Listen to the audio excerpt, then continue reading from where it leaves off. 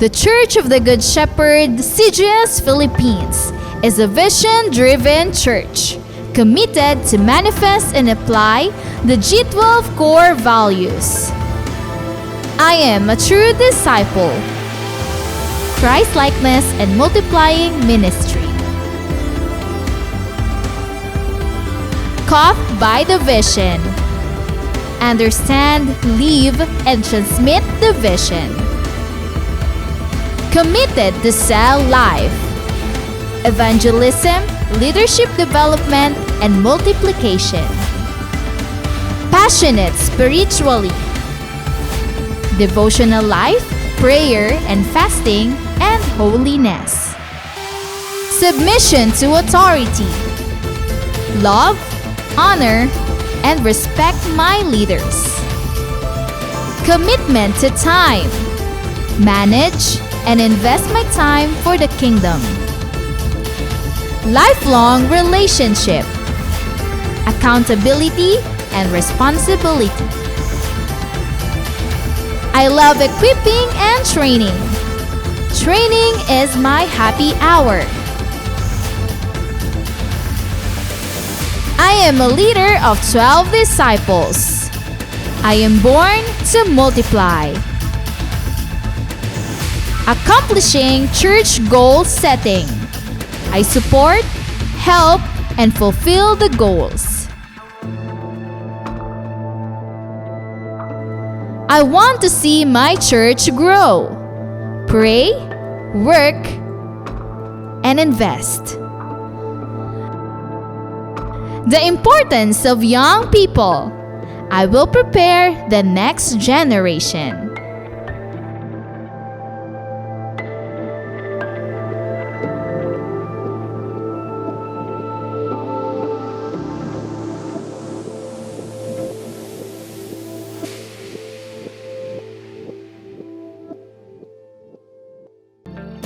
We are the Church of the Good Shepherd. We are inviting you to click like, share this video, and be engaged as we share God's vision to our online community. Disciples, be present and engage in our online classes. Live class every Sunday at 3 p.m., School of Leaders 1 every Sunday at 4 p.m., School of Leaders 2 every Sunday at 5 p.m., and School of Leaders 3 every Thursday at 7 p.m. There is power when we pray. Be part in our daily prayer at home every 5 o'clock in the morning and 6 o'clock in the evening. Leaders, stay tuned to our online leaders meeting together with our beloved Pastor Rami Henares Jr. every Tuesday at 7 p.m.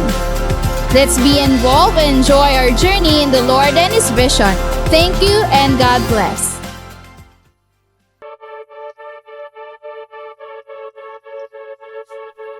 The Church of the Good Shepherd aims to make the vision of God manifest in the lives of people. People come not just to hear the Word of God, but at the same time train them as a disciple of the Lord Jesus Christ. Every Sunday after the worship service in the morning, disciples come in the afternoon to be trained in the class. Discipleship training consists of life class, where people learn how to live a life according to the will of God. After life class, they will level up and be trained to become a disciple and leaders through a class that we called as School of Leaders 1, 2, and 3. Though the pandemic strikes, discipleship training never stops. Life class and even School of Leaders 1, 2, and 3 transition to virtual classes. The teachers, together with the students, engage in learning and applying the vision of the Lord Jesus Christ to win, to consolidate, to disciple, and to be a leader that also reaches other people. Truly, Christ Church and His disciples will continue to grow and mature despite of the pandemic that strikes the world, because we are the church and we have the vision.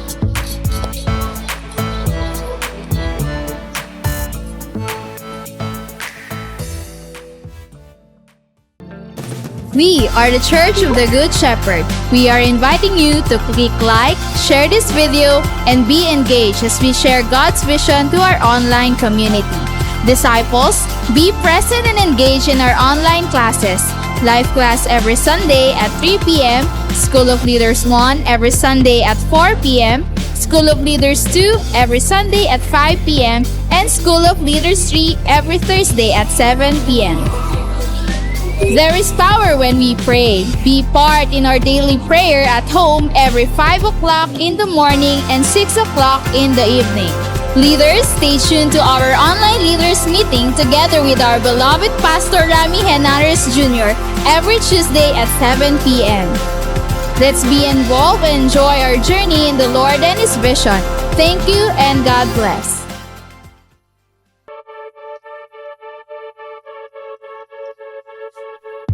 The Church of the Good Shepherd aims to make the vision of God manifest in the lives of people. People come not just to hear the Word of God, but at the same time train them as a disciple of the Lord Jesus Christ. Every Sunday after the worship service in the morning, disciples come in the afternoon to be trained in the class. Discipleship training consists of life class, where people learn how to live a life according to the will of God. After life class, they will level up and be trained to become a disciple and leaders through a class that we called as School of Leaders 1, 2, and 3. Though the pandemic strikes, discipleship training never stops. Life class and even School of Leaders 1, 2, and 3 transition to virtual classes.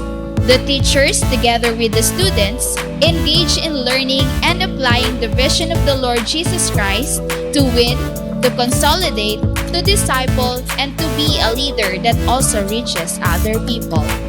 Truly, Christ Church and His disciples will continue to grow and mature despite of the pandemic that strikes the world, because we are the church and we have the vision.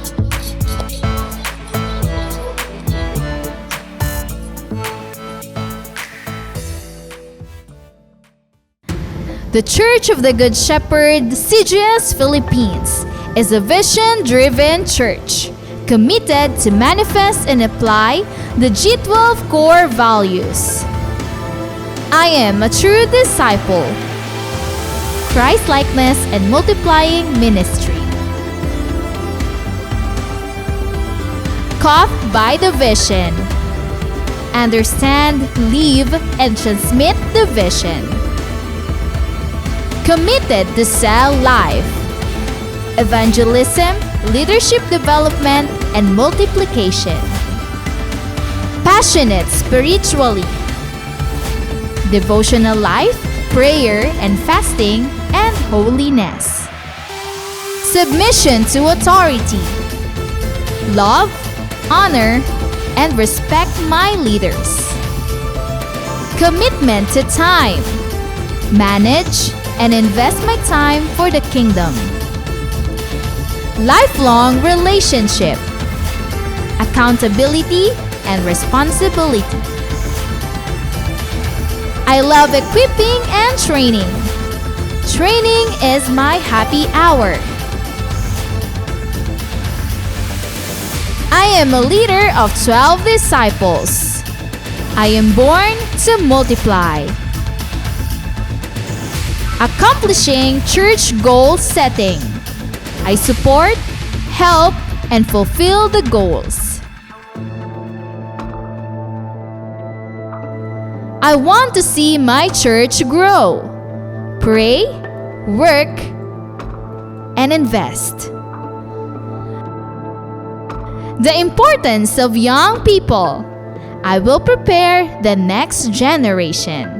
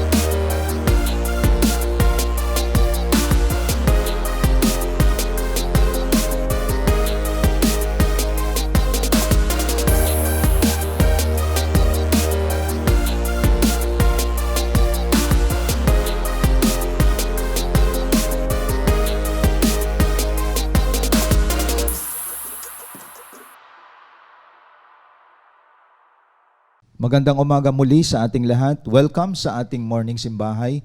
At wini-welcome natin lahat nating mga pastors, mga leaders, mga disciples, mga cell group members, lahat ng mga tatay at lahat ng mga nanay na nasa kanilang mga tahanan. Luzon, Visayas at Mindanao, welcome po sa lahat ng kasama natin dito sa online platform every Sunday morning. At ating wini-welcome ang ating lahat ng mga kapatid na mga disciples, leaders, cell group members, mga invites natin, lalo na sa labas ng bansang Pilipinas, na sa iba't ibang sulok ng bansa, sa ating mga OFWs na nagwo-work sa labas ng bansang Pilipinas ay ating ding wini-welcome sa oras na ito. Kasama po natin sila sa ating morning simbahay. So lahat ng mga kapatid na kasama ngayon sa ating morning simbahay, lalo na mga invites natin ay welcome po sa ating pagtitipon dito sa online. And we believe ang presence ni Lord ay nasa ating mga lugar na kung saan po nandoon po tayo. Kaya simulan natin ang lahat sa ating pambungad na panalangin. Dakilang Diyos na makapangyarihan sa lahat, maraming salamat. Muli malaya kami na makipag-ugnayan sa iyo. At salamat sa pagkakataong ito na kami ay makapaglaan ng pagsamba sa iyo sa Espiritu at katotohanan. Saang lugar man kami, saang dako man kami, alam namin, O Diyos, hindi limitado ang iyong presensya. And I pray, ikaw po ang magministeryo sa iyong mga anak na kasama namin dito sa online simbahay. Sa iyo namin pinagkatiwala ang lahat sa dakilang pangalan ni Kristo Jesus. Amen and amen. Sabay-sabay po nating papurihan ng ating Diyos na buhay. Pangunahan tayo ng CGS Philippines Worship Team.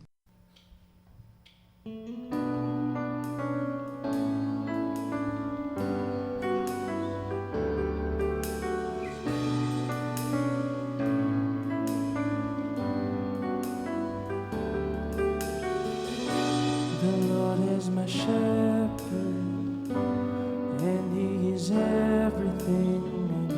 So I will not worry, I will not fear the enemy. He said that he loves me, he said that he's with me, even though I walk through the valley of shadow and death, and still I know he has goodness, he has goodness for me. So I will take heart in deserts and gardens. He has goodness, he has goodness for me. If I know my Father, I know my Father has good plan.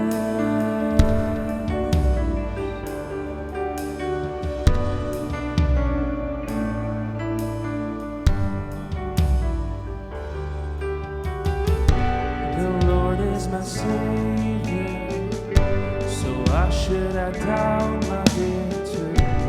Why would I question the rod and the staff that comforts me? It quiets the waters, it quiets the storm inside of me.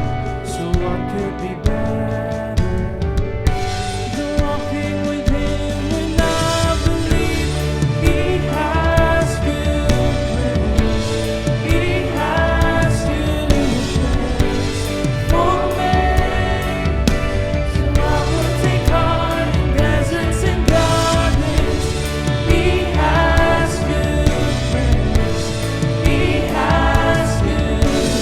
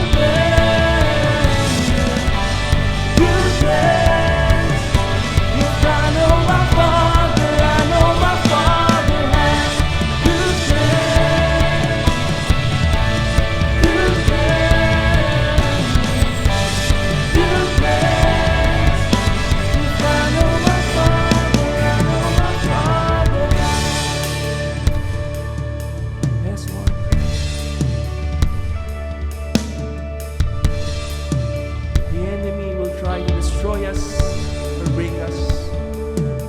Pero lagi natin tatandaan, the plan of God sa buhay natin will prevail.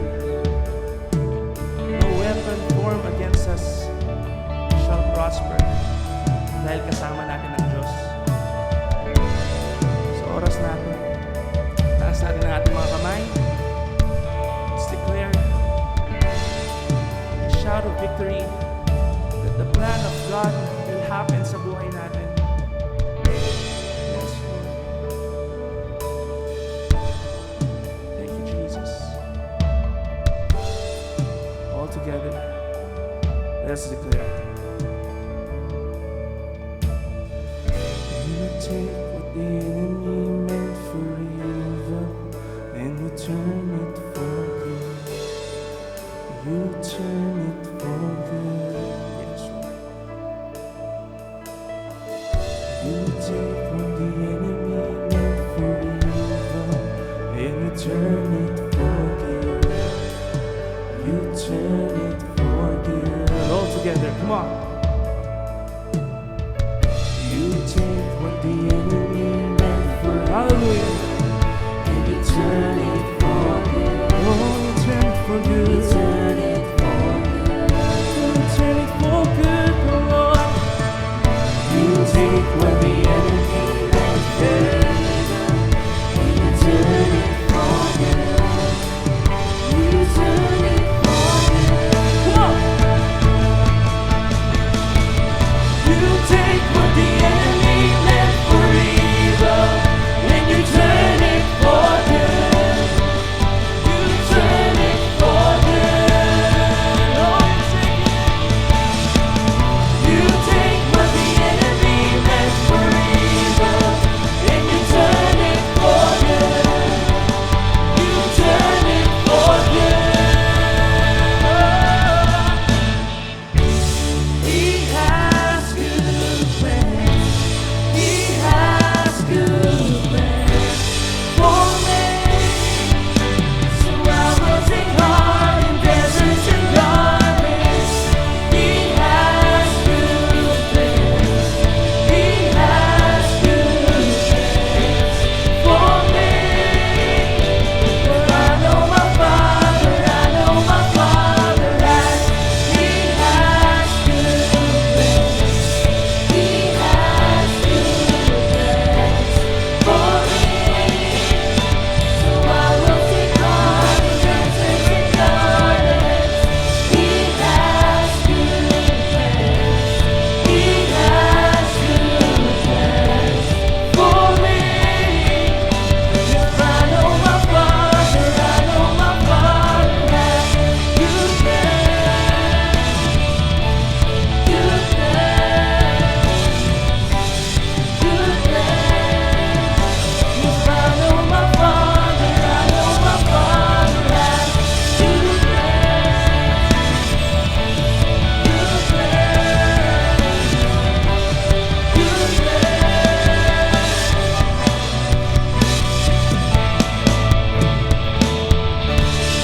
Amen. Thank you for your plans sa buhay namin, Panginoon.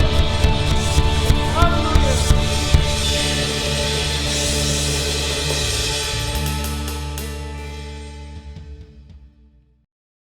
Praise God sa mga awitin na ating narinig at ihanda natin ang ating mga puso sa salita ng Diyos. Sama-sama nating pagsaluhan ito. Ang ating mga Bible, ballpen at yung mga notebook natin ay nandyan lamang sa ating mga tabi at focus po tayo ngayon sa ating pakipag-ugnayan sa Diyos sa kanyang mga salita. Jeremiah 29:11-13. Ito po ang ating pagkukunan ng ating paksa. Sabi po dito, sapagkat batid kong lubos ang mga plano ko para sa inyo, mga planong hindi ninyo ikakasama, kundi para sa inyong ikabubuti. Ito'y mga planong magdudulot sa inyo ng kinabukasang punong-puno ng pag-asa. Kung maganap na ito, kayo'y tatawag, lalapit at dadalangin sa akin, at diringgin ko naman kayo. Kapag hinanap ninyo ako, ako'y inyong matatagpuan, kung buong puso ninyo akong hahanapin. Sa umagang ito, ang pinaka-keyword na ating pag-usapan ay ang salitang o ang word na plan. Sa pagpapatayo ng bahay, merong tinatawag tayong mga plano. At alam niya ng mga architect, may blueprint sila sa kanilang plano sa pagpapatayo ng bahay.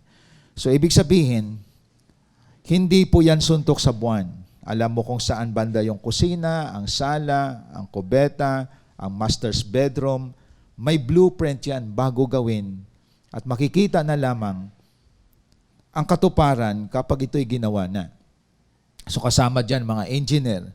Kaya makikita natin, ang bahay na may plano ay maganda tingnan. Nakakita na ba kayo ng bahay na kung ano lang maisip? Na pagpasok mo parang hindi nakaplano sa pagpapatayo. Maraming haligi at ang kubeta na sa labas at walang kwarto. Pwede kulang sa budget o kaya wala sa plano. Maganda ang isang bagay na nakaplano. Ngunit ang isang bagay na hindi nakaplano ay hindi siya maganda tingnan. Kaya sa umagang ito, ating alamin na ang buhay natin may plano ang Diyos dito. Kasi pag walang plano ang Diyos dito, pwedeng ikaw ang nagpaplano. O kaya ang si Satanas ang nagpaplano sa atin. Tandaan natin, dito sa binasa natin, sabi dito, may blueprint si Lord sa atin, sapagkat batid kong lubos ang mga plano ko para sa inyo. At ang plano ng Diyos, hindi ninyo ikakasama, kundi para sa inyong ikabubuti. So, ibig sabihin, napakaganda ng plano ng Diyos sa buhay natin. That is why ang paksa natin sa umagang ito is about God's plan for your life. Ang plano ng Diyos sa iyong buhay. At naway sa umagang ito, mga kapatid, ating tingnan ang ating mga sarili. Lahat kayong kasama ngayon dito, ang takbo ba ng buhay ko nasa ilalim ng plano ng Diyos? O ang takbo ng buhay ko, plano ko ito, pero hindi ito plano ng Diyos? Like for example, lahat tayo may plano. Pero ang ating nasain, ang ating plano, dapat plano ito ng Diyos. Ang ating mga iniisip na gusto nating mangyari sa buhay natin, dapat yun din ang iniisip ng Diyos. Kasi makikita natin, maraming buhay ngayon, wala sa plano ng Diyos. Hindi plano ng Diyos na ikaw ay nasa teenage years, pumasok ka na sa buhay may asawa. That is not the plan of God. Hindi plano ng Diyos na wala kang hanap buhay, pero papasok ka sa buhay may asawa. At minsan, marami po nasisira ang pagsasama. So, kung tingnan natin, lahat po tayo walang exempted. May ginagawa tayo na hindi plano ng Diyos. Na-destroy po ang buhay natin na di-destroy because of our own plan. Kaya nga, wala exempted sa atin. Sa totoo lang, nagsimula ang buhay natin outside of God's plan. Kaya makikita natin, diyan po mapasok yung kasalanan, nasira po ang buhay natin dahil sa unplanned life. Walang kaplano-planong buhay. Kung baga, nawasak ng kasalanan. Kaya makikita natin, marami nagpapatayan. Marami nandadaya, marami nagsisinungaling, maraming nanluloko ng kapwa. Marami po ang sira ang buhay. Wasak ang buhay. At makikita natin, that is outside of God's plan. Marami ngayon, ang buhay ay wala sa ilalim ng plano ng Diyos. That is why sa umagang ito, balik po tayo doon sa nais ng Diyos sa buhay natin. Because the plan of God, masasabi po natin, yun ang safe journey ng buhay natin. If we live under the plan of God. Kasi maganda yung sinabi sa Jeremiah, batid kong lubos ang plano ko para sa inyo. Hindi ninyo ito ikakasama, kundi para sa inyong ikakabuti. Ito'y mga planong magdudulot sa inyo ng kinabukasang punong-puno ng pag-asa. Di ba ang sarap na sa ilalim ka ng plano ng Diyos? Pero masaklap, nabubuhay ka sa gusto ng plano mo, na hindi plano pala ng Diyos. At ito ang ating pag-usapan sa umagang ito, mga kapatid. I know all of us desires that we must live under God's plan, not our own plan. Kasi kapag tayo hindi nagpapailalim sa plano ng Diyos, paplanuhan tayo ni Satanas. At ang plano ni Satanas sa buhay mo, wawasakin niya buhay mo. At magkakaroon siya ng mga trap or patibong, mga tukso sa buhay, mga desire of the flesh, mga tinatawag na makalaman, mga tukso ng mundo. At ang objective ni Satan is to destroy us. And that is the plan of Satan. But the plan of God, maging buo tayo, maging maayos tayo, maging mabuting tao po tayo, maging pagpapala po tayo, at maging kalugod-lugod tayo sa kanyang harapan. That is why we must desire na my life must be under God's plan. So God's plan for your life, number one, malalaman mo na may tama ang plano ng Diyos sa buhay mo at alam mo you are under God's plan. You live with the newness of life. Ang plano ng Diyos sa atin, kasi sinira tayo ni Satanas eh. Ang plano ng Diyos sa atin, mamuhay tayo na may pagbabagong buhay. So pag sinabing newness of life, wala nang bahid luma sa buhay natin. Wala na yung old kind of life. Lahat ay bago na. Di ba kapag ikaw ay nakabili ng isang lote at may nakatayong lumang bahay, anong gagawin mo dun? Anong gagawin mo sa isang lumang bahay na alam mo na marami na ring problema? Hindi matibay ang pundasyon, hindi maayos ang nakikita mong kalagayan, lumang-luma na. No, mga almost 30 years na nakatayo. Anong gagawin mo? Ang gagawin mo, hindi renovation. Kundi sisirain mo at magtatayo ka ng isang panibago, bagong-bagong bahay na may plano. So ito yung picture natin. Ang old life natin, sira. Ang old life natin, hindi siya maayos tingnan. Walang direction, walang pag-asa, puno ng frustration, puno ng kabiguan, at ang buhay natin nalunod sa kasalanan. That is why Jesus Christ came to restore us, to save us. That is the plan of God in us. I-build us up again. Aayusin muli tayo. That is why ang sino man kay Kristo bagong nilalang, ang luma wala na. And that is the great plan of God in us. So ibig sabihin, malalaman mo lang na ikaw ay nasa ilalim ng plano ng Diyos, may pagbabago buhay mo. Parang katulad ng mensahe sa ating bonfire, no? Nung Friday. Compare mo sarili mo kung ano ka noon at ngayon. Malaki ang kaibahan. Na ikaw ngayon nasa plano ng Diyos, noon hindi. Halimbawa, examplean natin, nagsusugal ka dati. Ngayon, naglilingkod ka na kay Lord. Dati, punong-puno na ka ng kabalisahan, pag-alala. Ngayon, puno ka na ng pagtitiwala sa Diyos. And that is the newness of life. Kung dati, chismosa ka, ngayon, super chismosa ka ngayon. Ibig sabihin, walang nangyari sa buhay mo. Kung dati, ikaw ay naninira ka ng kapwa mo. Ngayon, nagbabahagi ka na ng ebanghelyo. Ibig sabihin, you are under the plan of God and you are the one na nagiging recipient ng newness of life because of the Lord Jesus Christ. Pero kung dati ay naninira ka, chismosa ka, dati ay ang buhay mo ay puno ng maruming pag-iisip, negatibo ka, pero until now, ganun ka pa din. Ibig sabihin, after 5 years, after 10 years, kung walang nakitang pagbabago sa buhay mo, unplanned life yan. Wala sa plano ng Diyos yan. Kasi plano ng Diyos, mabago buhay natin. Itong dahilan kung bakit si Kristo namatay sa cross. Kasi nakita ng Diyos, sira buhay ng maraming tao. Maraming sira ang buhay. Biro mo, bahay nyo, sugalan. Ang bahay nyo, halimbawa, ay drug den.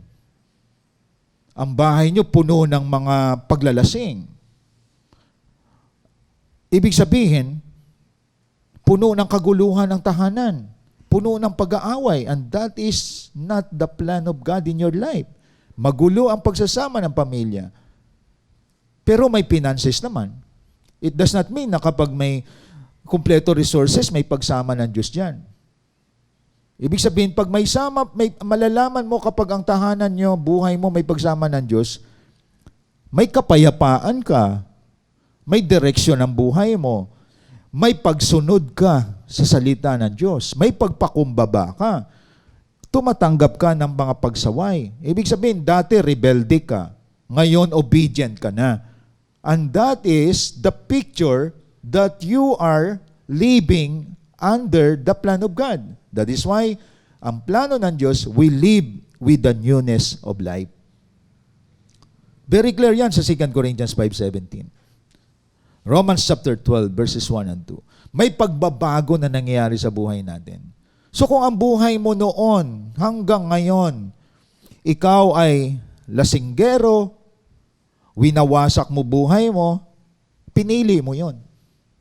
Nagnanakaw ka, nagsisinungaling ka, dinadaya mo kapwa mo, lalo na parents mo, nanluluko ka. Ibig sabihin, nasasakop ka ng kasalanan, slave ka ng kasalanan, slave ka ng kadiliman, and that is unplanned life. Kaya listen to this. This is the reason why every first Sunday of the month, we celebrate our communion. Why? Si Jesus, inayos niya buhay natin. Nagplano ng maganda ang Diyos sa atin.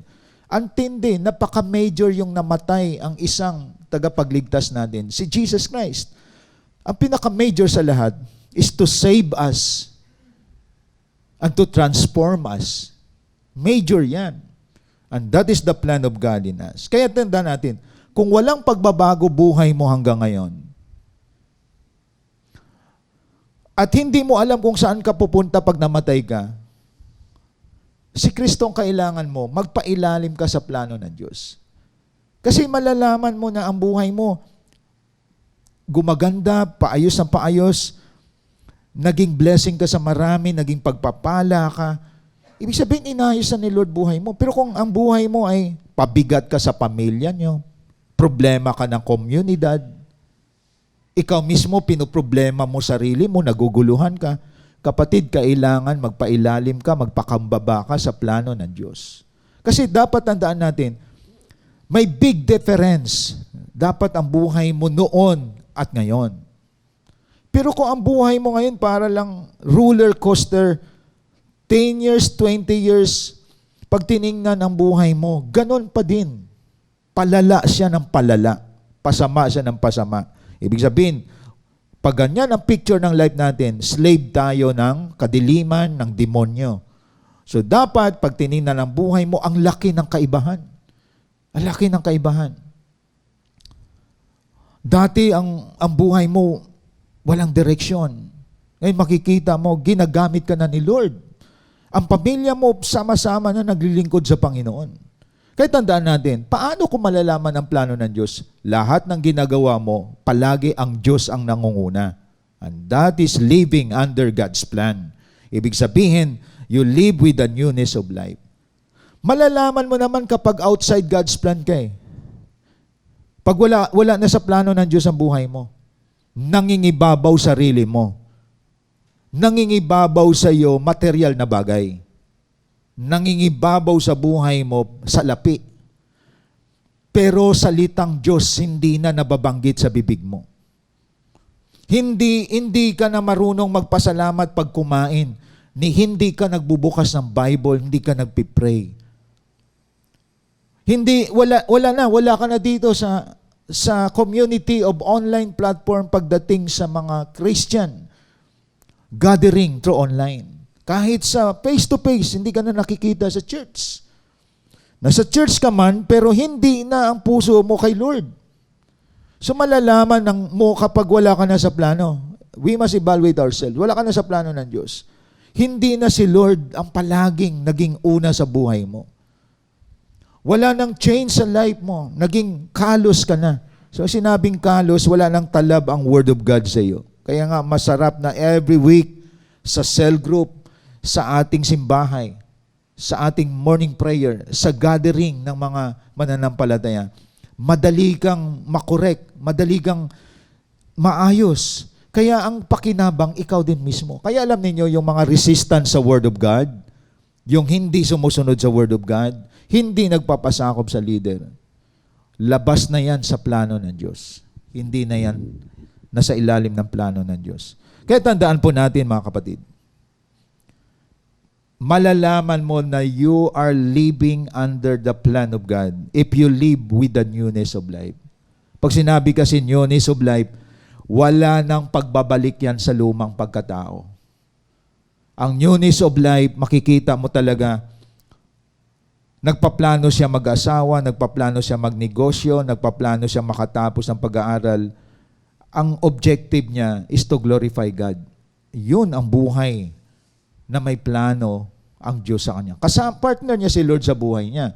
So, ibig sabihin, this is number one. God's plan for your life, you live with the newness of life. Ako mismo, ikaw mismo, nakikita ang pagbabago. Ang puso mo, ang puso ko, si Lord ang sentro, hindi ang sarili natin. Pag nagkasala tayo, guilty ka. Bakit? Kasi si Lord na sa iyo eh. Nagbabattle ang flesh and spirit. Pero pag nagkasala ka, hindi ka nagigilty, akala mo normal lang yan ang magsinungaling, ang magnakaw, gumawa ng immoral ways of life. Normal lang yan. Pero sa isang binago ang buhay, lumuluhod ka at humihingi ng patawad kay Lord pag nagkasala ka. Binago ka niya eh. Pero pag nandaya ka, nagsinungaling ka, nagmura ka, normal sa iyo yun. Normal yun. Alangan naman sa langit, may nagmumurahan doon sa langit. Diba? Alangan naman sa langit, may nakawan, may immoralidad sa langit. Kapatid, dito pa lang pinapractice na natin ang buhay sa langit. No? Kaya dito, tinuturuan tayo ng katapatan, tinuturuan tayo magsisi sa ating kasalanan, tinuturuan tayo na tumalikod sa ating kasalanan. That is preparation in heaven. And that is the plan of God in your life. Ang plano ng Diyos sa buhay mo, magbago ka. Magbago tayo. At alam mo yan, alam ko kung ano din ang tama at mali. Pero kung ginagawa pa rin natin ang masama, ginagawa pa rin natin ang mali, control tayo ng kadiliman. Tatlo kumukontrol sa atin. The work of the flesh, the work of Satan, and the work or the temptation of the world. Tatlo yan ang kalaban natin. Pero powerful. We have God the Father, God the Son, and God the Holy Spirit. And we have also our leaders. Ibig sabihin, well protected tayo ng Lord. So may battle every day at malalaman mo na may newness of life ka, gusto mo palagi bago ang buhay mo. Nababago ka, nilalayuan mo ang mga temptation, ang kasalanan. Nilalayuan mo ang mga makakasira sa iyong katawan, makakasira sa gawain ng Diyos. Nilalayuan mo yon. Ibig sabihin, you are living under the plan of God. Nakita natin, mga kapatid? So, tandaan natin, ang pagkakaroon ng pagbabagong buhay is not religiosity. Ang pagiging born again is not a religious term. Ang pagiging born again is the plan of God na dapat ipanganak tayo muli dahil ang lumang pagkatao natin mula tayo ng isilang ay alipin ng kasalanan. Alipin tayo lahat ng kasalanan, mga kapatid. Kaya tandaan natin, major ang ginawa ni Christ sa cross. Newness of life ang objective ni Christ na mabago po ang buhay po natin, mga kapatid. Number 2, ang plano ng Diyos sa buhay natin, malalaman mo na you live under the plan of God. Na tumatahak ka sa plano ng Diyos, hindi sa plano mo ha. You live with a purposeful life. Nabubuhay ka na may layunin. You live with a purposeful life. Nakikinig ako ng Friday sa ating speaker sa kanyang message. Lahat tayo naman nasa bonfire yung talagang consistent dito. Anong sabi niya? Tandaan niyo to. Mahalaga yung message. At ini-echo ko ngayon sa inyo. Sabi niya, akala ko dati, ang pag-aasawa, yun na yung lahat na fulfillment sa buhay. Ibig sabihin, maari yung nagsalita sa atin, si Jackie, nung time na yon, dalaga siya, nakapag-aral siya, kapag siya nag-asawa, fulfillment na yon. At marami yan ang maling kaisipan. So nag-asawa siya, nagkaroon siya ng pamilya, pero nasira ang pagsasama nila. Ibig sabihin, ang pagpasok sa pag-aasawa is not the fulfillment of everything. Tandaan niyo po yun. That is not the achievement of your life. Kasi ang mga walang purpose sa buhay, wala ka pang asawa, wala ka bang nakita man lang na, ano ka ba? Ganon ang mga pressure ng world. Kasi walang purpose eh. Kaya iba, mapipilitan, dadamputin yung adik. Para lang sabihin may partner. Iba, sasagot na lang sa online kahit sino naniligaw. Kaya iba, maraming na-rape. Makipagkita, makipag-date, ni-rape ang babae. Nakita niya ang date niya sa online. Sira buhay niya. And that is not the plan of God. Ibig sabihin, ang pag-aasawa, that is not the major plan of God in your life. That is not the prime purpose of your life. Yung nagmensahe sa atin nung Friday, living testimony yan. Anong sabi niya? Ang purpose pala ng buhay ko ay hindi pala mag-asawa. Ang purpose pala ng buhay ko, gagamitin ako ni Lord na marami ang mabago ang buhay. That is the prime purpose of our life. Ikaw, kapatid, hindi yung naabot mo na yung higher education, intellectual ka, magaling ka, magna cum laude ka, marami mayayabang pagdating dyan. Kahit ang Diyos, hindi na sila nanalangin. But that is not the prime purpose of our life. Iba yumaman. Iba nagkaroon ng pamilya, but that is not the prime purpose of our life. Ang prime purpose of our life ay hindi para sumayaw dyan sa online platform. Hindi para sumikat sa online. That is not the prime purpose of our life. The prime purpose of our life is loving God and loving people. Ang pinakamataas na layunin ng Diyos sa buhay natin. Kaya nga sinabi ng Biblia, love God with all your heart, with all your soul, with all your strength, with all your mind. Ibig sabihin, the whole being of this life is to love God. How? That is why we worship Him. We worship Him every day, not only Sunday. We serve Him. Ibig sabihin, ang loving God with all your heart, mind, and soul, napapakita sa paglilingkod mo sa Diyos. Naglilingkod ka sa Diyos, sinasamba mo siya, naglalaan ka ng kahit ilang oras sa isang linggo para sambahin siya. Itong morning simbahay, this is the picture of loving God. Na hindi man tayo whole day dito, mga 1 hour lang tayo mahigit. Pero pinakita mo, set aside mo, habit mo na sumamba sa Lord every Sunday. Why? Because you love God. Kung wala ka man sa online platform, ang iba nga, hindi pa sapat ang online. Pagkatapos nito, ang iba, meron pa silang pagsamba sa kanilang face-to-face, and that is good. Okay po yan. Actually, ang Sunday, para kay Lord to. So, ang loving God, you worship Him, you serve Him, you prioritize God in your life. Kaya hindi obligasyon na you bow down every day in morning prayer. Ina-acknowledge mo, I am nothing without God's guidance. I need guide of God. That is why you read the manual of human being, and that is the Word of God. Para maiwasan mo yung mga pagkakamali sa buhay mo, mahalagang ingredient sa iyo yun. Ba't mo ginagawa? Because you live a purposeful life. Kaya ang buhay na may purpose, tandaan natin mga kapatid, paggising mo una si Lord. At the same time, loving people. Ang loving people, ganito yan. Iniisip mo palagi ang kalagayan ng ibang tao. Kasi you are already filled with the Holy Spirit. Your life is already full. Wala ka ng insecurity. Wala ka ng self-pity. Wala ka ng tinatawag na attention seeker mentality.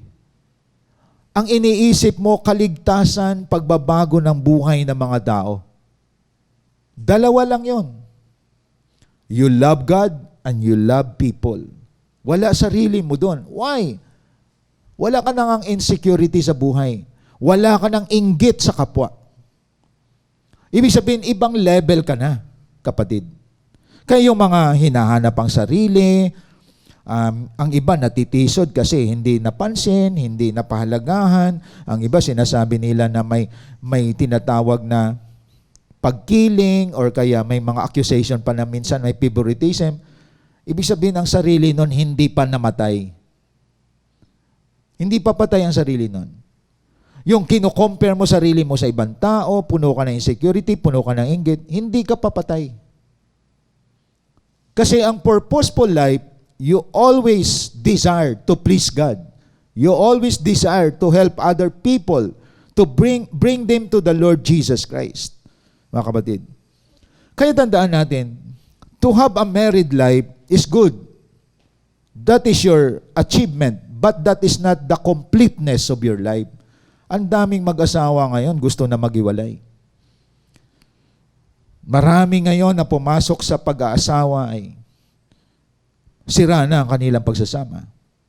Kasi ang middle ng relationship is money, material things, self, hindi si Jesus Christ. So it's a living testimony to all of us. Always listen. Pakinggan nyo to. Pag hindi mo pinahalagahan, inuuna na paglingkuran ang Diyos at mahalin ang Diyos, walang purpose ang life mo. Pag hindi mo binabalyo ang buhay ng maraming tao, na everyday you live, ang iniisip mo palagi ang sarili mo. Kaya alam ninyo, marami ang nagpapasikat ngayon. Mapansin lang kahit sa media. Maraming tao ngayon, attention seeker. Iba-iba ang trip. Iba trip nila, puro kain. Tandaan natin, ingat tayo, maraming namatay sa pagkain. Iba trip nila sumayaw. Iba trip nila manira ng tao. Walang purpose eh. Pag walang purpose buhay mo, katawa-tawa ka sa social media. Wala kang purpose eh. Malalaman na may purpose ang life mo, you reach out people, your objective is to transform their lives kasi naranasan mong binago ka ng Diyos eh.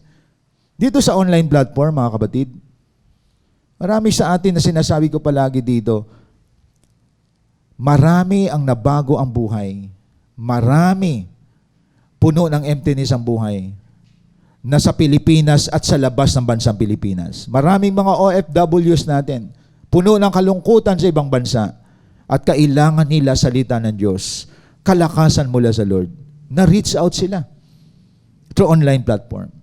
Ibig sabihin, ano dahilan bakit tayo may online? Ang online hindi para pasikatin sarili mo. Pasikatin ng pangalang CGS Philippines. Ang purpose ng online platform natin, because we love God and we love people, para ito sa Diyos at para ito sa mga tao. At ang mga umakap dito, binago ng Diyos, mga kapatid. Kaya tandaan po natin, marami distorted ang utak sa paggamit ng social media. Sayang ang social media kung ikaw ay Kristiyano, pero nagtatago ka. Ang demonyo nga, lantad na lantad sa ginagawa sa social media eh. Maraming pandaraya sa social media. We will not be silent if you embrace the truth of the word. Ibig sabihin, hindi ka matatahimik na hindi mo ipahayag ang katotohanan ng salita ng Diyos. And that is a purposeful life. Ibig sabihin, you do everything for the glory of God. That is living with a purposeful life. So, ibig sabihin, ang living with a purposeful life, I do this for the glory of God. Kaya tanong ko sa inyo, ang ginagawa nyo ba sa social media, natutuwa ang Lord? That's the question. Kung natuwa ang Diyos, tuloy mo yon. Tuloy mo. O demonyo ang natutuwa, o sarili mo lang ang natutuwa. Pero si Lord, hindi siya natutuwa. Natutuwa ba ang Diyos sa ginagawa mo sa social media? Ang nakikita niya sa Facebook mo, sa TikTok, sa Instagram, sa YouTube, nag-glorify bang pangalan niya? Pag sinasabi ng mga tao, glory to God, ibig sabihin, si Lord ang nag-glorify. Pero pag sinabi ng tao, ang galing mo, ang husay mo, walang binanggit na Diyos, sarili mo, tinataas mo doon. At tandaan natin, marami kayong likers, maraming nag-heart sa inyo, pero tingnan nyo, nagpipraise the Lord ba ang mga tao sa nakikita nila sa Facebook mo? O ikaw yung hindi rin kapakumbabaan nyo na may Facebook ka, pero wala kang react. Hindi ka nagko-comment. Hindi ka man lang nagsishare, hindi ka nagko-comment. Pero sinasabi mo, leader ka, disciple ka, primary ka. Hindi ka nagpa-participate. That is not humbleness, mga kapatid. And that is not the purpose of God in our life. If you know the truth, marami nga pumaparada na sa kalsada, nagpapakita na sila ng kulay nila eh. You know what I mean? Di ba? Pinaparada na nila ang kanilang logo, rainbow eh. Di ba? Wala silang takot na ipakita. They are very proud of their, what we call, mistakes. Dapat tayo ay naglalantad kung ano ang katotohanan, mga kapatid. Pero pag sinasabi mo, disciple ka, leader ka, hindi ka man lang nag-engage, hindi ka maramdaman sa online, inaalaw mo ang kadiliman na sumanib sa online platform, hindi ka sumama sa laban. Ayun. And that is not humility. Kaya tandaan natin, may purpose bakit nasa social media tayo. Dapat na-elevate ang truth, na-elevate ang gospel, na-elevate ang salita ng Diyos. Maganda pag tinignan ang Facebook mo, punong-puno ng salita ng Diyos, ang mga demonyo umaalis eh. May mga sanib mo mga kaibigan, umaalis sila kasi feeling nila religious ka. Okay na yon ang Facebook mo puno ng Word of God. Kaysa puno ng mga rant. Alam niyo ba, rant, puno ng hinaing, puno ng problema, nagpaparinig sa iba, nagpaparinig ng sama na loob. Maigi pa, Word of God na lang i-post mo. That's the purpose of God in our life. Ang masaklap, may online kayo, mayroon kang Facebook, mayroon kang lahat, TikTok or what, pero ginagamit sa kamunduhan. Hindi tama yon. Dapat na-identify ka na ikaw ay leader, disciple ng Diyos. And you stand for that, mga kapatid. And that is the plan of God in our life. May plano ang Lord kahit nasa social media tayo. Ang plano ng Diyos sa atin, makita ang katotohanan ng salita ng Diyos. Ngayon, marami mga duwag na Kristiyano, duwag na mga leader. Nagtatago. Kasi sabihin nila, pagyayabang yan eh. Ibig sabihin, kayabangan bang magpahayag ka ng salita ng Diyos sa marami, even in social media? Mga kapatid, sabi ni Paul sa Romans 1:16, I am not ashamed of the gospel, for it is the power of God for salvation to the Jew first and to the Greek. So, ibig sabihin, pagdating kay Lord, hindi mo siya ikinahiya. Even in social media. Pinapakita mo kung anong kulay mo. Mga kapatid. Iba nga naglalantad na ng kulay nila na nasa kadiliman sila eh. Di ba? Pero ang iba, ang trip nila, sports, ang trip nila, iba-iba trip nila, pero hindi mo sila makikita nagbabahagi ng salita ng Diyos. Kaya alam ninyo, malaga yung ginagawa natin sa online. Na may mga picture na ikaw nasa cell group, hindi kayabangan yan. May picture ka, nakasama kayo sa prayer. Ibig sabihin, that is a testimony na malinis ang iyong FB page. na may dahilan kung bakit ka gumagamit sa online. Ginagamit mo yon for the glory of God. That is for the glory of God. You share the word, you present my soul na naligtas for the glory of God. Kasama ka sa Zoom, prayer, you present na nandiyan ka. Ano sagot na marami? Praise God. Glory to God. Ang mga tao nagkakakilanlan sa social media. If we live with the same spirit, ganun ang mga react po natin. Kaya tandaan natin mga kapatid, malalaman mo na nasa plano ka ng Diyos, you live with a purposeful life. May purpose ang life mo. So like what I said, ang pinaka-prime purpose ng Lord sa buhay natin, we love Him, we love people, the outcome is this. Marami ang nabago ang buhay dahil sa iyo. Yun ang prime purpose of our life. Marami ang naayos ang buhay ng dahil sa iyo. Ang masaklap, marami nasira buhay dahil sa iyo. Marami napunta sa impyerno dahil sa iyo. That is outside of God's plan. Masarap pakinggan na kapag binanggit ang pangalan mo, salamat sa buhay ni ganito dahil sa kanya, naituwid ako ng Diyos. Nabago buhay ko. Yun ang prime purpose. Hindi yung nag-asawa ka, naging professional ka na sa paglilinis ng bahay, pag-aalaga sa mister mo, pagbibigay ng sweldo sa misis mo, pagbabantay sa anak mo, hanggang sa siya ay nag-high school, ikaw pa rin naghahatid. Kapatid, that is not the prime purpose of God in our life. Ang maganda, may pamilya ka, may anak ka, nag-asawa ka, because your prime purpose, itong pamilya ko, maging team ko ito sa paglilingkod kay Lord. Kasama pamilya ko na mag-serve kay Lord para maraming pamilya mabago ang buhay. That is the prime purpose of God. Mga kapatid, hindi ka nag-asawa just to gratify your flesh. But you enter married life to glorify God. Na itong misis mo, mister mo, pamilya mo, parihong nagsiserve kay Lord. May purpose. Yung una pumasok ka na sa pag-asawa, walang purpose. Ba't ka nag-asawa? May edad na kasi ako eh. Mali. Ba't ka nag-asawa? Kasi walang mag-aalaga sa akin. Mali pa rin.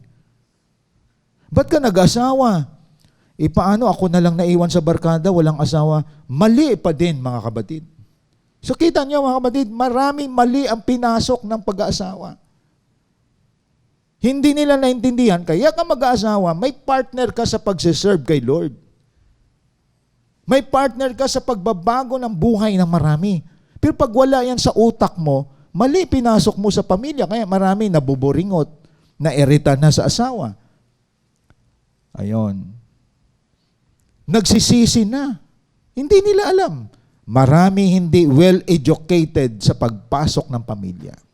Mga kapatid. Hindi nila alam ang purpose eh. So nakita natin, outside God's plan, walang purpose ang buhay. Yan ang tandaan po natin. Kaya maganda malalaman mo na ikaw ay nasa ilalim. Iba 40 years old na, 50 years old na. Iba nga 60 years old, hindi pa rin nabubuhay sa purpose ni Lord. Kaya buhay nila like a roller coaster. Like a Ferris wheel, pabalik-balik lang. Akala nila ang purpose ng buhay, kumain, matulog, mag-asawa, magbiyahe, mamasyal, kumita ng malaki. Pag wala ang Diyos dyan, you live like a Ferris wheel or like a roller coaster. Paulit-ulit ang buhay hanggang dumating sa iyo, sasabihin mo na burn out ka, napapagod ka. Walang purpose, mga kapatid. Kaya living under God's plan, you live with a purposeful life. May layunin ka. Kaya excited ka every day. May kasabikan ka palagi. Ngayon. At maraming tao ngayon, they don't live under God's purpose. Kaya ma-achieve man nilang isang bagay, malungkot pa rin sila. Pag hindi mo napasaya ang Diyos sa buhay mo, palagi kang malungkot. Tandaan nyo yan. Sasabihin mo, gusto ko maabot to, nagkaroon ka, malungkot ka pa din. Ayun. Kasi wala ang purpose yung ginagawa mo. Nagpagod ka lang maghapon. Natapos ang taon, wala kang accomplishment. Ayun. The third, Kaya makikita natin malaga itong ating pinag-usapan. Masarap mamuhay na sa ilalim ng plano ng Diyos. The third, a life under the purpose of God o God's plan for your life. Ito yung plano ng Diyos sa buhay mo. You live with a vision-driven life. Alam niyo po ba na living without a vision, listen to this, living without a vision is traveling without destination. Alam niyo ang tao na naglalakbay na walang pangitain, naglalakbay siya na walang patutunguhan. Wala siyang patutunguhan, wala siyang direksyon. No? Dapat tayo vision-driven. Hindi ego-driven. Alam nyo ba ang ego-driven person? Ito siya yung prideful, unteachable. Driven siya ng sarili niya. Hindi siya nagpapaturo. Magaling siya eh. Dito pumapasok yung self-centeredness, ang taong ego-driven. Ang status-driven naman, conscious siya sa kanyang background. Nag-graduate siya sa ganitong kilalang school, itong na-achieve niya, status-driven yan. Ito ang trabaho niya ngayon, status-driven yan. Ang entitlement-driven naman, hindi mo na yan machi-check, hindi mo na makukurig yan. Kasi conscious siya sa sarili niya. Mahusay ako, magaling ako, matalino ako. Entitlement-driven yan. Kaya kahit sa pamilya natin, huwag mo i-check yung mga pamangkin, mga may pinag-aralan yan, sasama yan loob sa tiyuhin. Entitlement-driven eh. Wala na yung pagpakumbaba, wala nang pagpapasakop, wala nang pagsunod. Kasi feeling niya, magaling na siya. Entitlement-driven yan. Walang mga patutunguhan yan. Yung ego-driven. Ibig sabihin, siya ang Diyos ng buhay niya. Sarili niyang nakikita eh. Pero pag vision-driven ka, ang gitna nun si Jesus Christ. Ang taong vision-driven, may burden yan sa kanyang kapaligiran. Ang vision-driven na tao, tinutupad niya ang gusto ng Diyos sa buhay niya. Ayun. And very clear sa atin yun. Ang taong vision-driven, may confidence, may security na hindi suntok sa buwan ang buhay niya sa mundong ito. Ang taong may vision, may direksyon. Ang taong may vision, may provision. Ang daming benefit na may vision. And our vision, you know that. Winning souls and making disciples. Ibig sabihin, driven ka palagi na maraming tao ang mailapit mo sa Diyos. Vision-driven yan. At ang drive mo doon, itong tao na to, hindi ko lang mailapit sa Lord, madidisciple ko pa ito. Kaya tandaan natin, may accomplishment ang isang vision-driven person. Halimbawa, simpleng tao ka, pero 30 leaders ang na-develop mo. Ibig sabihin, dati sila ay nakikinig lang. At itong mga nakikinig na ito, na-develop sila after na nakilala nila si Jesus Christ, na-disciple sila at naging leader sila. Hindi sila leader of leaders lang. That is the product of a vision-driven person. Pag vision-driven person ka, may productivity ka. May progress ang buhay mo. Pero pag hindi ka vision-driven, yun nga sinasabi, after 1 year, after 2 years, after 3 years, ego-driven ka kasi. Kayabangan ang nakikita sa iyo, puro yabang. Status-driven ka. Ang dami mong mga title sa buhay. Di ba? Pag entitlement-driven, hinahanap mo palagi recognition. Pero pag vision-driven ka, marami inangat ang buhay dahil sa iyo. Marami na sa church, hindi lang tagapakinig, kundi mga leaders na. Mga disciple na. Why? Ikaw ang dahilan. You live with a vision-driven life. Yun ang magandang plano ng Diyos sa buhay natin. Ibig sabihin, ang plano ng Diyos sa buhay natin, may progress, may productivity, may fruitfulness ang paglilingkod natin sa Lord. Hindi yung 5 years ka na, tagapakinig ka pa dito sa online platform. Dati ganun ka pa rin, naging tagapakinig. Hindi ka man lang naggamit ni Lord. Listen to this, marami sa online. Hanggang ngayon, nakikinig lang. Pero sa church nila, hindi nagagamit.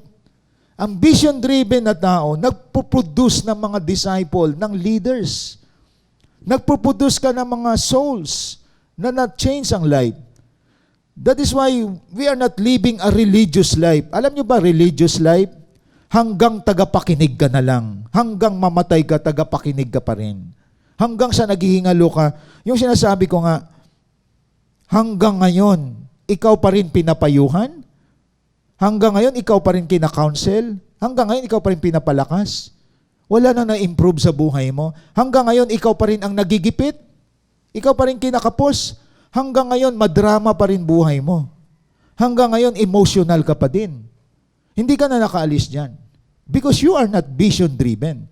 Ang vision-driven, habang lumilipas ang buwan, lumilipas ang taon, may improvement ka, may development ka, may progress ka, may productivity ka, may fruitfulness ka because you are vision-driven person. At yun ang tinatawag buhay na nasa ilalim ng plano ng Diyos. Pag hindi ka nasa ilalim ng plano ng Diyos, puno ka ng reklamo, puno ka ng negativity, puno ka ng tinatawag wrong mental attitude, puno ka ng defense mechanism. Didepensahan mo ang hindi mo pag-progress. Didepensahan mo. Ayon. Kaya pag nagkita yung mga matagal na nawala sa church at yung mga nagpapatuloy sa church, iba lingwahe. Iba lingwahe nila. Iba lingwahe ng mga taong wala ng progress ang buhay. Kaysa tao na nag-progress dahil kay Lord. Ang layo na. Pati lingwahe ng salita, hindi na sila nagkakaintindihan. Ayon. Nakita niyo mga kapatid? Kaya tandaan po natin, that is not the plan of God in your life na wala kang productivity, wala kang progress, wala kang development. You want progress, development, and productivity? Be a vision-driven person. Makikita mo, iba ka ngayon kaysa dati. Ayon. Hindi ka pa ulit-ulit ang buhay. Kaya tingnan ninyo yung mga hindi nagsiserve sa Lord, hindi ginagamit ng Panginoon. Pag tininan mo ang buhay, ganon pa rin sa dati. Pero yung mga taong vision-driven, they produce souls, they produce leaders, they produce disciples. Ayon. Ibig sabihin, masarap mamuhay na sa ilalim ng plano ng Diyos. Kaya itong tatlo na to, major to. Ito yung major plan of God in your life. If you are a vision-driven person, tingnan mo sarili mo, may progress ba ako? May productivity ba ako? May fruitfulness bang nakikita sa akin? Very clear yun. Balikan natin Jeremiah 29. Di po ba? Ang plano ko sa inyo, hindi sa ikakasama ninyo, kundi para sa inyo ikabubuti. That is verse 11. Ito'y mga planong magdudulot sa inyo ng kinabukasang punong-puno ng pag-asa. So if we practice these three, anong sabi dito? Verse 12. Kung maganap na ito, kayo'y tatawag, lalapit at dadalangin sa akin at diringgin ko naman kayo. Listen dito mga kapatid. Sino ang pinapakinggan ng Diyos? Ang pinapakinggan ng Diyos, nagpapailalim sa plano niya. Anong sabi niya? Kayo'y tatawag, lalapit, dadalangin sa akin, at diringgin ko naman kayo. Nasa verse 12 yan. Verse 13, kapag hinanap ninyo ako, ako'y inyong matatagpuan kung buong puso ninyo akong hahanapin. Ang mga tao na sa ilalim ng plano ng Diyos, masipag manalangin, masipag tumawag sa Diyos, at sabi dito, ako'y inyong matatagpuan. See? Pag outside of God's plan ka, bingi ang Diyos sa iyo. Hindi ang Diyos makikinig sa iyo. Pero kung nabubuhay ka sa plano ng Diyos, nagaantay siya sa iyo. At bibigyan ka niya ng pag-asa. tatawag ka, lalapit, dadalangin sa akin, sabi ng Lord. So ang mga tumatawag at dumadalangin sa Lord, alam nila na sa plano sila ng Panginoon. Mga kapatid. Kaya naway ito isang reminder sa ating lahat. Nasa akin ba ang tatlong ito? Kung nasa akin ang tatlong ito, ibig sabihin tumatahak ka sa plano ng Diyos. May pagbabago ba buhay ko? Nabubuhay ba ako sa layunin ng Diyos? Isa ba akong tao na ang nagdadrive sa aking mabuhay, ako ngayon, is because of the vision? Na marami ang mailapit ko kay Lord, marami ma-disciple. May progress ba, may development ba ang buhay ko? Kaya hindi layunin ng Lord sa iyo na ikaw ay isang asawa na naglalaban na lang habang buhay. Nag-aalaga na lang ng asawa. Nagtatrabaho na lang ng nagtatrabaho na hindi na nagsiserve kay Lord, hindi na nagre-reach out ng soul. Hindi yan plano ni Lord sa atin. Ang plano ni Lord sa atin, even though you have family, you have your own business, you have your own work, but still, you are doing the plan of God because you are vision-driven person. Ayon. Biro mo, 24/7, nag-work ka, maraming naliligtas sa buhay. Sa buhay mo, marami ang nabagong buhay. May pamilya ka pero nagdi-disciple ka ng tao. Yun ang vision-driven husband. Yun ang vision-driven person. Kaya sa ating pagtatapos, tandaan natin to. A life given by God that is used according to His plan will never be a waste.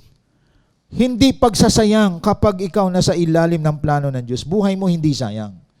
However, life outside God's plan is like a picture of a Ferris wheel that repeats the same situation of life yet remains without purpose and direction. Ganon, like what I said. Nakakita naman tayo niyan, nakapunta tayo sa recreation place. Ang Ferris wheel, paikot-ikot lang. Ano na yan? Walang direksyon, walang development, walang purpose. Kaya ang buhay mo, pabalik-balik lang everyday. Unless na magpailalim kayo sa plano ng Diyos. Kaya naway kayo nakikinig ngayon, evaluate yourself. Nasa plano ba ang buhay ko ng Diyos? O ako lang ang nagplano nito, kaya magulo buhay ko? Pag magulo buhay mo, pag ikaw ay natuturete na, at ikaw ay napapagod na sa buhay, plano mo yun.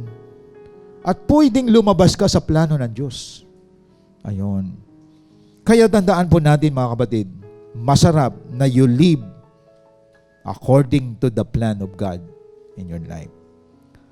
So bago po tayo mag-closing prayer, we will celebrate what God did to us.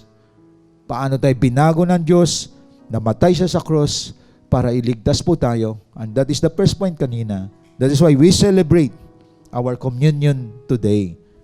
Hahanda po natin ang ating mga tinapay at ganon din ang ating alak sa loob ng tahanan natin. Saang dako man kayo ngayon, feel the presence of God. Celebrate what God did to us, kung anong ginawa ng Diyos sa atin. Kaya binago niya tayo, nagkaroon ng layunin ng buhay natin. Nagkaroon ng vision ng buhay po natin. Sige po, damputin ninyo ang inyong tinapay at ihanda natin ang ating mga sarili as we celebrate our communion dito sa online platform.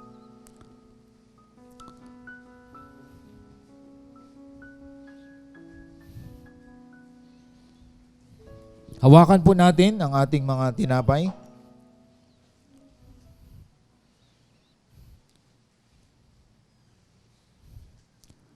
Ito ang katuroang tinanggap ko sa Panginoon at ibinigay ko naman sa inyo.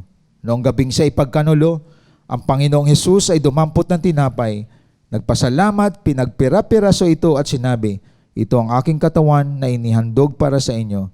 Gawin ninyo ito bilang pag-alaala sa akin.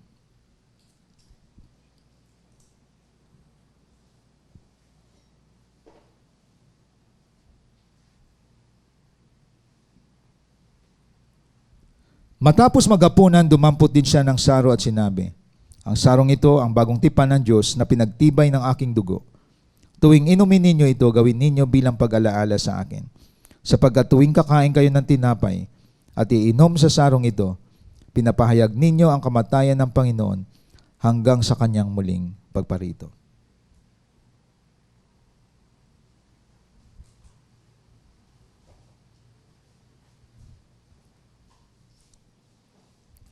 Purihin ang Panginoon at sa lahat ng mga anak ng Diyos, pasalamatan natin siya. Before we proceed sa closing prayer, damin natin ang awiting ito, pangunahan tayo ng CGS Philippines Worship Team.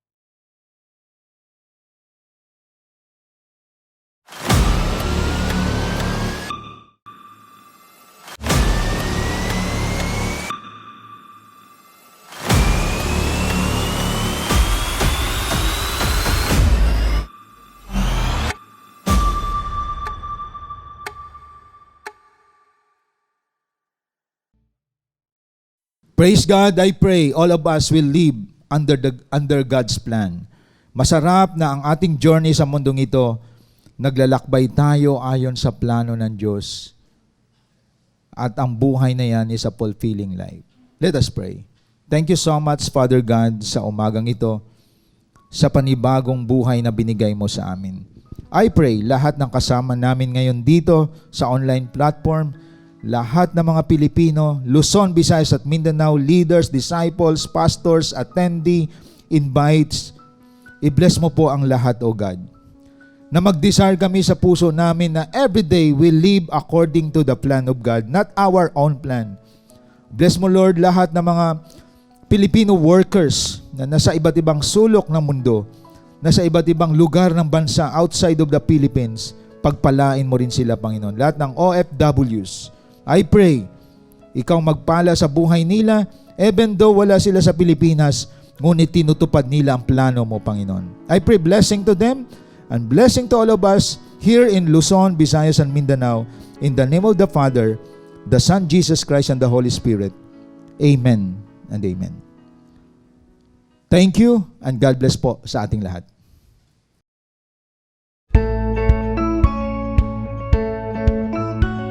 Hope you've been blessed by the message of God today as we continue to extend our calling in loving God and loving people, even in online, and keep you more updated to our journey in God's vision. Connect to us wherever you are. Like our Facebook page, follow us on our Instagram account, and subscribe to our YouTube channel. Be a blessing and always be updated. Are you blessed? Now it's time for you to become a blessing online by sending stars to support our local church and take part in our LOT project. And be a cheerful giver presenting your tithes and offering to our GCash account.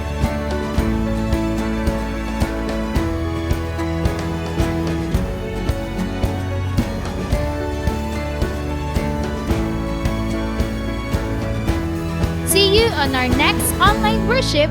Thank you and God bless.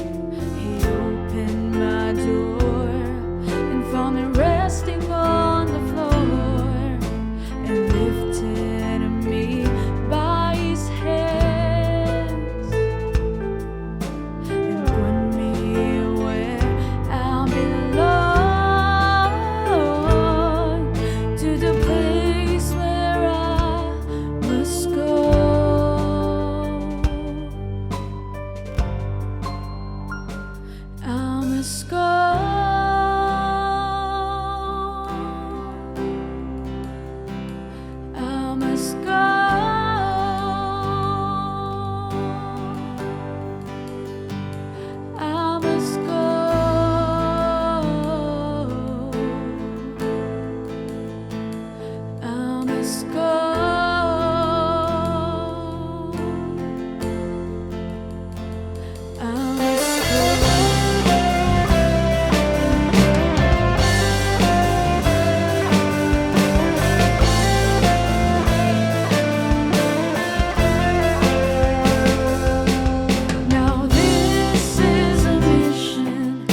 to reach out all the nation.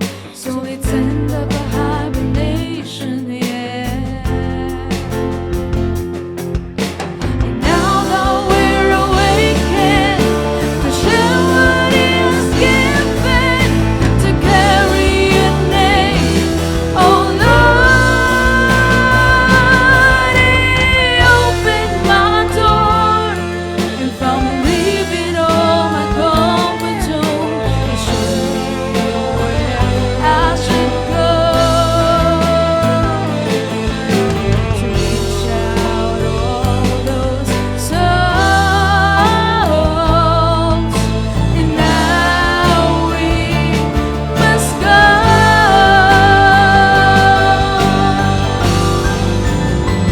We must go.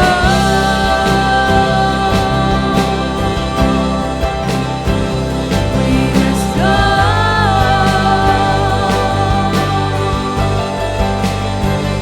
We must go. We must go.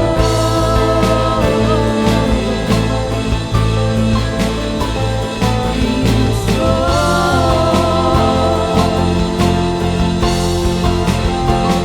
We must go.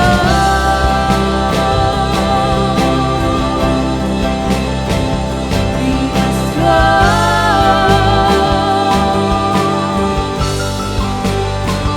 We must